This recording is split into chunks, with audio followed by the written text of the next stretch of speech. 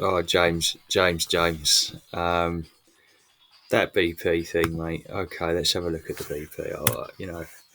I'm not going to sell it to you. I really aren't. Not BP. Let us see.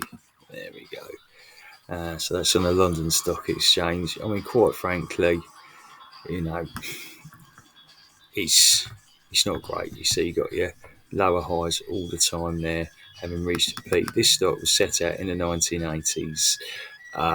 British Petroleum, Maggie Thatcher uh, basically privatised a publicly owned asset, which was the petroleum. Essentially, you know, it was a broad range, and they've gone on to massive things. So there's the absolute peak of it. There is the absolute peak maturity of the stock, I believe. To put in perspective, long-term holders, such as institutional investors, such as the pension funds, that kind of thing, they insurance companies and the like, they are all life insurance companies. They are all getting out of petroleum. Largely, they're getting out of petroleum. So if that's not an indicator of, they're the experts and they've been doing that for a few years, stepping out of petroleum, you really need to think about what you're doing, what you're getting into, mate. I would speak to, you can trade it, but have you got the discipline to trade it? Look, I mean, you want to get some better indicators on there, and there are probably, quite frankly, better stocks. So you've got a nice breakout, consolidation. Let's just shift that up there. You know, what have you got? 40, that's the start. 300 days for 37%. Okay. Yeah, that's all very well.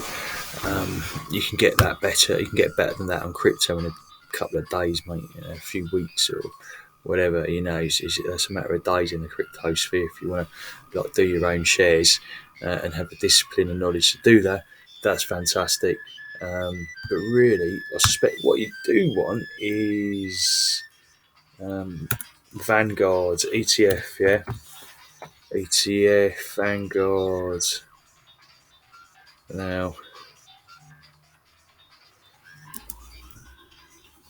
S&P 500. So let's have a look. The Vanguard S&P 500 SPR. So the S&P is basically the American stock market.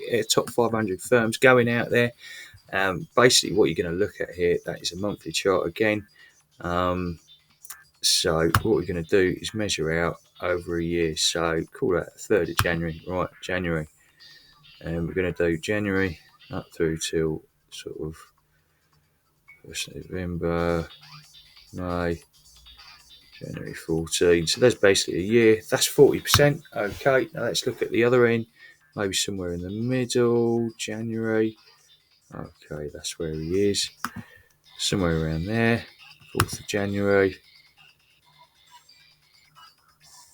4th of January.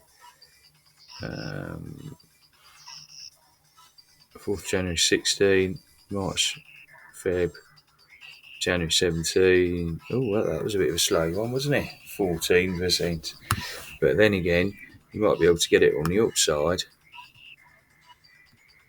2nd of Jan 1919, 3rd of Feb 20, 18%, yeah. And there'll be another one, Feb, Jan 21. So about where we are now, January 22. That's a massive 30%. So those figures are all inflation beating and then some. Okay, so the lowest one there was 3 times inflation. All right, inflation being 5%.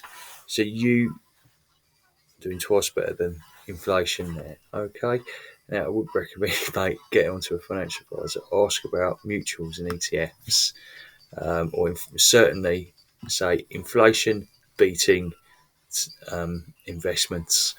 And it might not just be in the stock market, but the beauty of these is ETFs. You can get exposure to sort of broad markets like that. They've also got world market exposure. you're getting exposed to the stock markets just within it, and they got things like you can put in a certain amount of money every month, every week, or whatever, by direct debit. So they have a direct debit access and add to dollar cost average in by averaging into your stock week, however you want to, week on week, month on month, day by day. I don't know. You can pay into it, and they'll sort it out. I don't know what the fees are. That's another thing to look at. But I think potentially that's a really really good one by using a direct debit. Simply paying it to Vanguard, very respectable firm, and just put it in. They got lots of other ETFs as well. You want a space ETF or future tech or tech share. I mean, what we've just seen there, that Vanguard is definitely an alpha ETF. There's also Berkshire Hathaway is absolutely alpha, always outperforming. So ARC Innovation, yeah, okay. Some regard them as beta ones.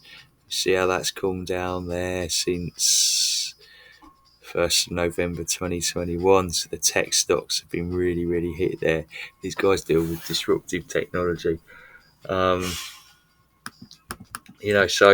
You can find really niche stuff, and ARC have even got even more. They've got space stocks and all kinds of stuff.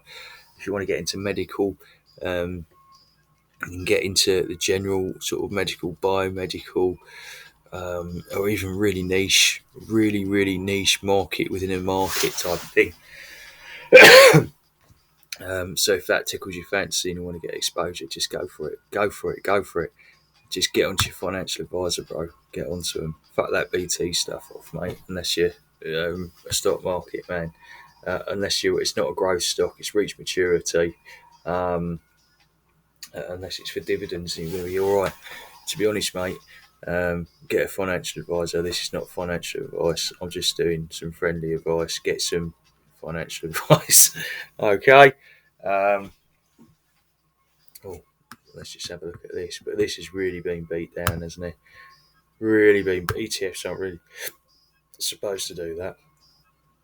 But we'll see. Let's just draw a couple of lines on there. See how it does. I wonder what the recovery is going to be like on that one, eh? That's Kathy and her ARC. Absolutely love this. Absolutely love what she does. I mean, she was an early adopter for things like, she's a great supporter of Elon Musk and the like.